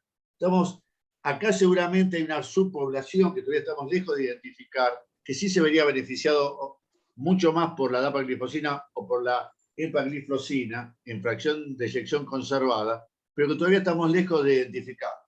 Con lo cual, llevar el trabajo en el resumen, actuar con nuestros pacientes por el resumen o por el abstract del estudio es un gravísimo error y nos aleja de una medicina basada en la evidencia. Totalmente de acuerdo, Justo, y yo estoy totalmente de acuerdo. A ver, en reducida, creo que por eso un poco les mostré ahí, la evidencia es categórica, y yo creo que las guías no se equivocan al cambiar la estrategia y decir, bueno, hoy es recomendación 1A para los cardiólogos, decir, bueno, el pilar incluye a EMPA y a DAPA dentro del tratamiento de la insuficiencia cardíaca con fracción de eyección reducida, y creo que los hazard también nos muestran la mortalidad por todas las causas, la mortalidad por internación, por causa cardiovascular, pero creo que, como dice Justo, en preservada estamos dentro de una casi bolsa de gatos, diría yo, porque va a depender de un montón de cosas, y acá también depende de cómo eligen a los pacientes y cuál es el criterio que tiene, y si eligieron bien los pacientes, las personas que hicieron el trial, cómo eligieron a esa población para que también le dé el resultado final, digamos. siempre se va a buscar la forma de buscar cuál fue la significancia y mostrar esos datos más fuertes, pero yo coincido justo totalmente, yo soy muy del trial. Si bien entiendo que hay que mirar también al paciente total, pero voy a buscar también el paciente que pega más con mi trial siempre para indicarle el tratamiento, porque quieras o no, uno está tratando de modificar una enfermedad, entonces tiene que tratar de actuar con la mayor evidencia científica. Entonces, quieras o no, creo que en preservado estamos ante un panorama muy diferente del cual vamos a tener que aprender en el camino muchísimo. Incluso, justo hablando de preservada, digamos, hasta el diagnóstico hoy en día está como muy en tapete, ¿no? Pensar hasta qué punto es preservada, medium. Estamos como ante una entidad que aparte es muchísimo mayor en prevalencia. Si vamos a pensar, el diabético tiene el 50%, ¿no? Yo creo que es muy interesante empezar a hilar más fino, como dice Justo, y encontrar puntitos que nos van a ir desenredando todo este hilaje de preguntas que tenemos, y bueno, empezar a mirar qué pasa en Deliver. No sé si va a haber algún otro estudio después más adelante con preservada, pero creo que con los dos vamos a tener un poco más de... Creo que Deliver se va a presentar el año que viene en ACC, Justo, así que bueno.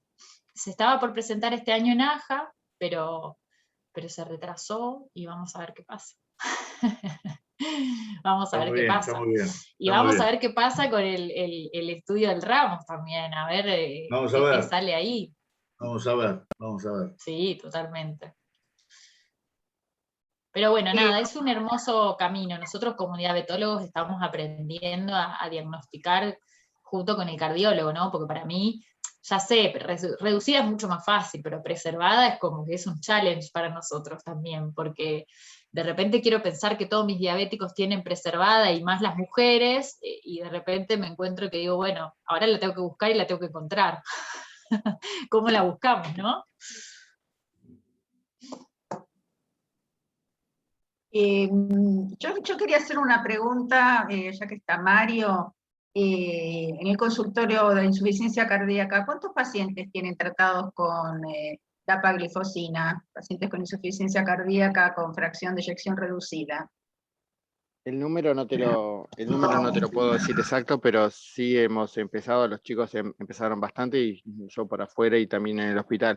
Y la verdad tuve muy buenos resultados. Los pacientes, o sea, incluso pacientes que ya venían con ARNI y seguían con disnea o que no toleraban beta bloqueantes, y te digo la verdad, o sea, han mejorado en forma significativa. Estos fármacos son importantes en la reducida, seguro. Y los resultados fueron muy buenos, la verdad, en el grupo que tenemos tuvimos buenos resultados. Bárbaro, gracias. Y con el tema del costo, ¿cómo se manejan? Porque... Lo que pasa es que tuvimos una tanda de muestras por ahora que estamos sobreviviendo. Obviamente los estamos usando con pacientes que ya están, que ya no nos funcionan con otra cosa, y empezamos a trabajar. Pero bueno, por ahora nos estamos manejando con muestras y no es fácil el costo. Si bien hay obras sociales, por ejemplo, PAMI, cuando son pacientes diabéticos, los acepta y es más fácil. Y algunas obras sociales, pero el problema es que tienen que ser diabéticos. Me ha pasado con un paciente que no es diabético, lo usé, no tuve inconvenientes, y el paciente vino y realmente él me planteaba que está mucho mejor y que va a intentar pagarlo, no sé si va a poder, pero bueno, que está desesperado porque no quiere dejarlo. Bueno, bárbaro, gracias. Sí, ahí les cuento, chicos, que hay un montón de actividades dentro del laboratorio. Yo sé que también los otros laboratorios, por ejemplo, EMPA, están presionando y se están presentando. Ahora se va a presentar un estudio farmacoeconómico a las obras sociales para mostrar el beneficio, independientemente de la diabetes, de estos fármacos, por lo menos para que entre como enfermedad crónica. Nuestra idea es que entre al 70% por lo menos en la mayoría de las obras sociales, y ahí hablamos mucho de PAMI, de IOMA. Como dijo Mario, tanto PAMI como IOMA hoy nos autorizan al 100% estos fármacos en pacientes diabéticos, ¿sí? Entonces, bueno, se logró eso, gracias a Dios, y se puede, entra en IOMA en plan MEPES, hay que hacer papeleta como todo, pero, y bueno, y de a poquito por ahí, yo creo que de a poco, a medida que va avanzando el tiempo y va mostrándose la evidencia, los que están más receptivos, los auditores, para aceptar este tipo de fármacos nuevos, ¿no? De a poco, siempre de a poco. Pero bueno, sí, es un problema. Tienen también una tarjetita, Mario, ahí, pídanle al visitador, esto es clave. Hay una tarjetita en un programa de pacientes que le da un 30% adicional al paciente, con DAPA particularmente, no sé si EMPA tiene un programa de pacientes, pero se llama Elegir Salud, el de DAPA, y le da un 30%. Entonces, si tiene 70, le das el 30 y ahí amortigua ese 100. Sí, eso los ayuda un poco. Sí, bueno, eso es como un adicional. Perfecto, gracias. Gabriel. Sí, estoy con los efectos colaterales. No quería preguntar en qué quedó lo que se había reportado de aumento de las micosis y de infecciones genitales con estas drogas. Nada más. Sí, perfecto, Gabriel. Bueno, hay aumento de las infecciones genitourinarias, pero en realidad genitales, en pacientes con diabetes, ¿sí? Eso se ve claramente y es significativo, o sea que existe el aumento del riesgo de las micosis genitales. Lo interesante es saber qué hacemos. Hoy en día la evidencia nos dice que no suspendamos el tratamiento ni cambiemos. No es que si usa DAPA con EMPA no lo va a hacer, o si está con EMPA le rotamos a CANA o a DAPA y no va a hacer, ¿sí? Es con los tres fármacos, y en realidad se asocia a el paciente con diabetes. ¿Por qué? Por esta pérdida de glucosa en la orina. Esa pérdida de glucosa en la orina cambia el pH, este pH se vuelve más alcalino y predispone que, digamos, tiene mayor riesgo de micosis. Principalmente si el paciente, digamos, deja restos de orina en sus genitales.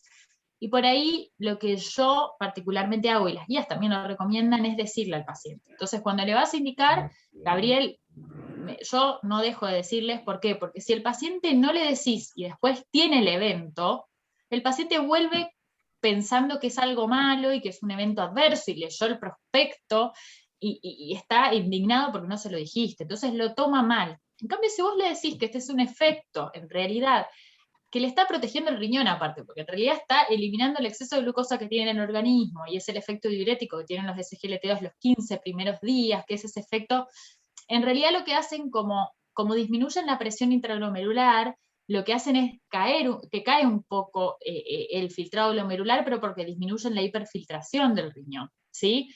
Entonces a veces el paciente pueden ver que incluso sube un poco la creatinina o le baja un poquito el filtrado en los primeros 15, 20 días al mes del tratamiento. Después esta caída inicial del filtrado se empieza a mesetar, ¿sí? Y esto hace que el paciente después, a final de tiempo, cruce placebo y en realidad lo que hace es preservar la función renal. Ese es uno de los, por ahí, el miedo de los médicos más que de los pacientes. Y después de los pacientes, con respecto a las infecciones genitales, es nada, mandarlo a la casa sabiendo que puede generarse. Yo lo que hago es, si te pasa, no te preocupes, no suspendas el fármaco. Vení a verme a mí o al médico clínico para ver si necesitas o un tratamiento local o un tratamiento oral, ¿sí? Generalmente con el tratamiento local o oral resuelve y no vuelve a aparecer. ¿Por qué? Porque pasa esa fase diurética inicial y el paciente eventualmente lo que hace es evitar que quede orina en los genitales después de orinar, ¿sí? Y la verdad es que se resuelve sin mayor problema generalmente. Sí, Gabriel, la contraindicación está si el paciente tiene infecciones del tracto urinario recurrentes. Mujeres vieron generalmente que tienen esas ITU recurrentes. Bueno, ahí como que el prospecto mismo nos dice, traten de no iniciar, ¿sí? O por ejemplo, a mí me ha pasado, tengo un paciente que preguntándole, porque a veces no te lo dicen, tiene tiene un líquen plano, ¿sí? En el glande. Entonces en ese paciente, la verdad es que yo no le indiqué, ¿sí? En ese paciente, bueno, le di un GLP-1, hasta que por lo menos se resuelva, porque incluso este paciente hizo un carcinoma de pene después, entonces la verdad es que no era un paciente indicado, porque si sobreinfecta sería un problema, está con intervenciones. Después, por ejemplo, pacientes que están teniendo una intervención, por ejemplo, un prostático, que está con una sonda porque está resolviendo su problema, y sí, por ahí vamos a esperar que resuelva el problema y después iniciarle estos fármacos. Esas serían por ahí las recomendaciones también mías, basadas en mi práctica clínica, digamos, y y lo que dice un poco, lo que dicen las guías, ¿no? Y que tomen 2 vasos de agua, Gabriel, adicionales, eso sí, porque por ahí el paciente, por ahí más añoso, que pierde la necesidad de la sed, como tienen esta fase de diurética los primeros 15 días, a veces se deshidratan, entonces, más si están hiperglucémicos, ahí le decimos que adicionalmente agregue 2 vasitos de agua por día, ¿sí? Eso en el paciente diabético. Si tiene IC, ahí ya vamos un poco más mirando el estado volémico del paciente. Gracias. Héctor. Sí, gracias. Voy a hacer una pregunta como disparador, ¿no? Del segundo paciente que presentaste, que no me acuerdo el nombre ahora, porque le cambiaste de nombre sobre la marcha.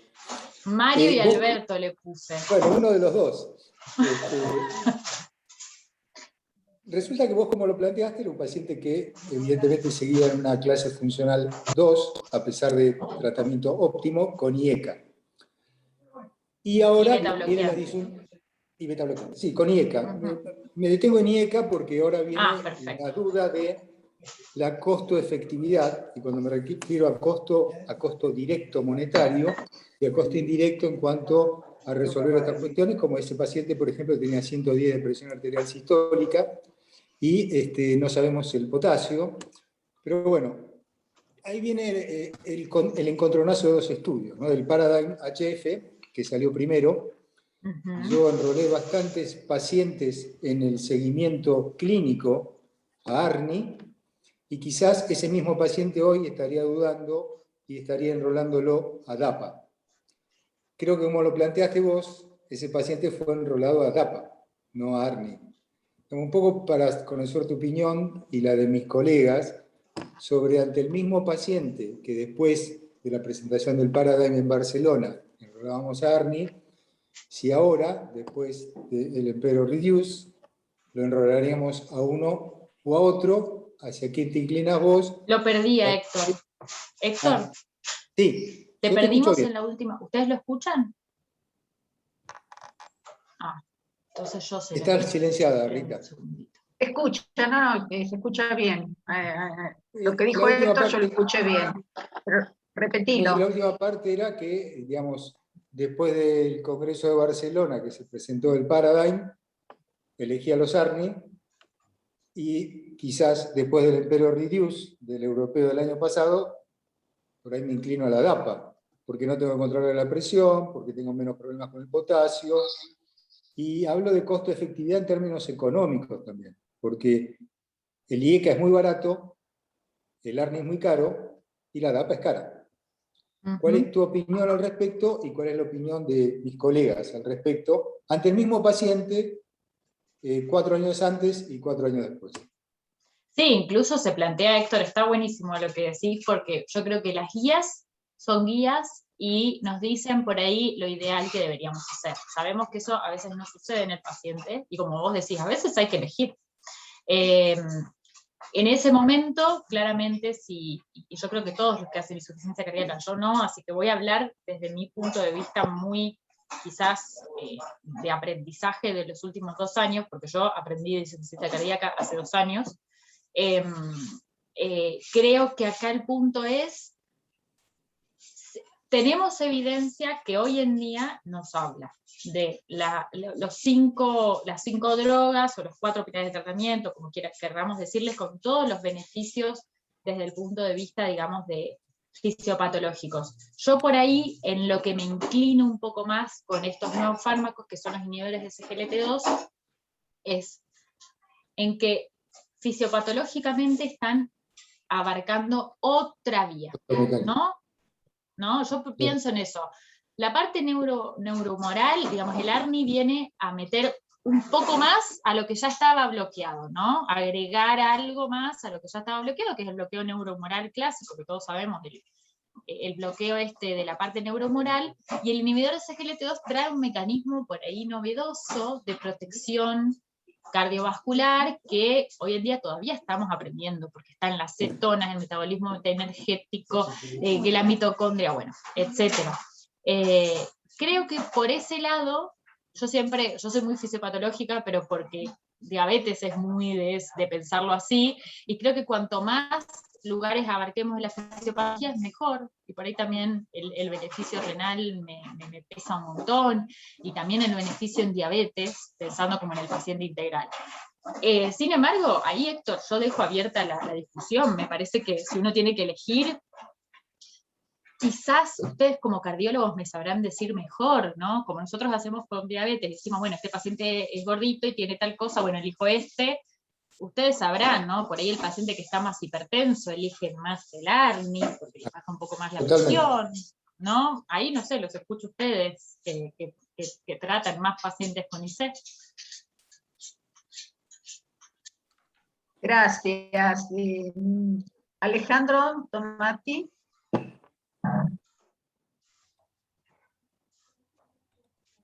Espérate que voy a ver, ahí estoy. Hola, ¿qué tal? Ahí estás. Muy interesante la charla. Bueno, no, una breve pregunta sobre insuficiencia cardíaca aguda. Creo que hay un trabajo con empaglifosina donde se demostró por lo menos seguridad, si bien no hay un gran impacto en el cuadro agudo, aunque también disminuye creo que las reinternaciones. Y quería preguntarte si hay algo con dapaglifosina. Básicamente, ¿qué pasa? Porque van a empezar a venir pacientes que están tomando de dapaglifosina y que se los ingresa por una insuficiencia cardíaca descompensada. Y en ese caso se lo suspende, se lo deja, el tema de los diuréticos, si hay algún inconveniente. Bueno, una pregunta al respecto, específicamente con la DAPA. Bien. Bueno, Alejandro, está buena. Sí hay un estudio que se llama DICTATE-AHF, ¿sí? Después les mando el racional, es muy interesante mirarlo. ¿Por qué? El racional, a diferente de otros, es larguísimo y tiene un protocolo adicional en el cual bajamos, porque tienen todo un protocolo muy interesante de, como dijiste vos, de ajuste de diuréticos y de ajuste de insulina. ¿Por qué? Porque es en pacientes con diabetes. Así que, nada, si quieren se los mando. Se llama DICTATE-AHF, no hay ningún resultado todavía, no me acuerdo si para el 2023 o 2022 terminado va a estar el resultado, pero sí está ongoing. Y por ahí lo que les puedo agregar es, hay un poco de evidencia en pacientes internados, no, digamos, específicamente subgrupo IC, pero sí internados con COVID. Vieron que salió ahora el DARE-19 o DER-19, que es pacientes con DAPA tratados, digamos, por COVID con algún factor de riesgo adicional, diabetes, insuficiencia renal, insuficiencia cardíaca, enfermedad cardiovascular, y en realidad no mostró beneficio, digamos, del outcome, de mejoría de los outcomes primarios, que eran duros, pero sí lo que mostró, que por ahí a mí me parece interesante, lo que se vio en este estudio es que DAPA es segura, ¿sí?, en internación. Y eso creo que a nosotros como diabetólogos, ustedes como cardiólogos clínicos también, nos abre una puerta, porque hasta hoy en día no teníamos muchas cosas para usar en internación. Yo como diabetóloga en internación te limitás a insulina, y la verdad es que es terrible, porque a veces el paciente tiene su fármaco, tiene su tratamiento en el bolsillo, y la insulina que tenemos en los hospitales, no solo en los públicos, también en los hospitales privados, es NPH y corriente, y sabemos que son terribles las hipoglucemias que hacen los pacientes con corriente y NPH, las dos asociadas, ¿sí? O sea, en el Milstein se sigue tratando así el paciente, y hay que estar atento a que ese día, no sé, no le trajeron un purecito de calabaza, o el paciente de repente no comió porque vomitó, porque se sentía mal, porque te hace una hipoglucemia postcorriente. Entonces la realidad es que yo creo que, como dijiste vos, Alejandro, tenemos ya evidencia de EMPA en aguda, pero que nos dio seguridad en internación. Tenemos evidencia de DAPA con DER, probablemente el año que viene tengamos con este DICTATE que les conté, en insuficiencia cardíaca específicamente. Hay evidencia de seguridad en internación, incluso en el DER se vio disminución de ACI, o sea, de injuria renal aguda, en los pacientes tratados con DAPA. Así que eso es lo que tenemos en internación hoy en día. Sin embargo, con diabetes todavía las guías dicen que suspendas DAPA el día que se interna. ¿Por qué? Por este riesgo que hay de cetosis, ¿sí? Porque el paciente a veces, no sé, tiene algo agudo y está con una cetosis, nunca vas a saber si fue en realidad el SGLT2 o fue la patología que lo generó. Hoy en día todavía la indicación en internación no está, sin embargo yo espero que las guías vayan avanzando conforme avanza la evidencia. Muy bien, muchas gracias. Bueno, muchas gracias, Noelia. Bueno, ya estamos en tiempo, así que justo te doy la palabra. No, simplemente, nada menos es agradecerte, Noelia, la verdad que estuviste brillante, todos estamos de acuerdo en eso, y te quiero agradecer públicamente la generosidad que tenés por tus conocimientos y para saber trabajar en equipo. La verdad que te sentimos una masa en el equipo, creo que hablo en nombre de Mario y de todo el equipo de investigación, así que realmente sabés que el proyecto que estamos impulsando en AstraZeneca también es tuyo y así nos lo haces sentir, así que bueno, esperemos que nos hagan caso en el board y lo podamos hacer. Va a ser un placer hacerlo juntos y me parece que va a aclarar muchas de estas dudas. Creo que abre un camino muy interesante a partir de hacer el panel genético, de buscar las mejorías a través del eco de estos pacientes con función preservada. Creo que podemos abrir un camino muy interesante para después amplificarlo en estudios multicéntricos. Así que, Totalmente. Bueno, seguimos adelante, Noelia, así que muchas gracias. Sí, no, por favor, justo, para mí, al contrario, les digo, es un gusto, para mí es un honor que me escuchen y que discutan conmigo y que les interese escuchar mi opinión. Yo, como les digo, siempre soy sincera, o sea, tengo mucha experiencia y por ahí desde el punto diabetológico, endocrinológico también.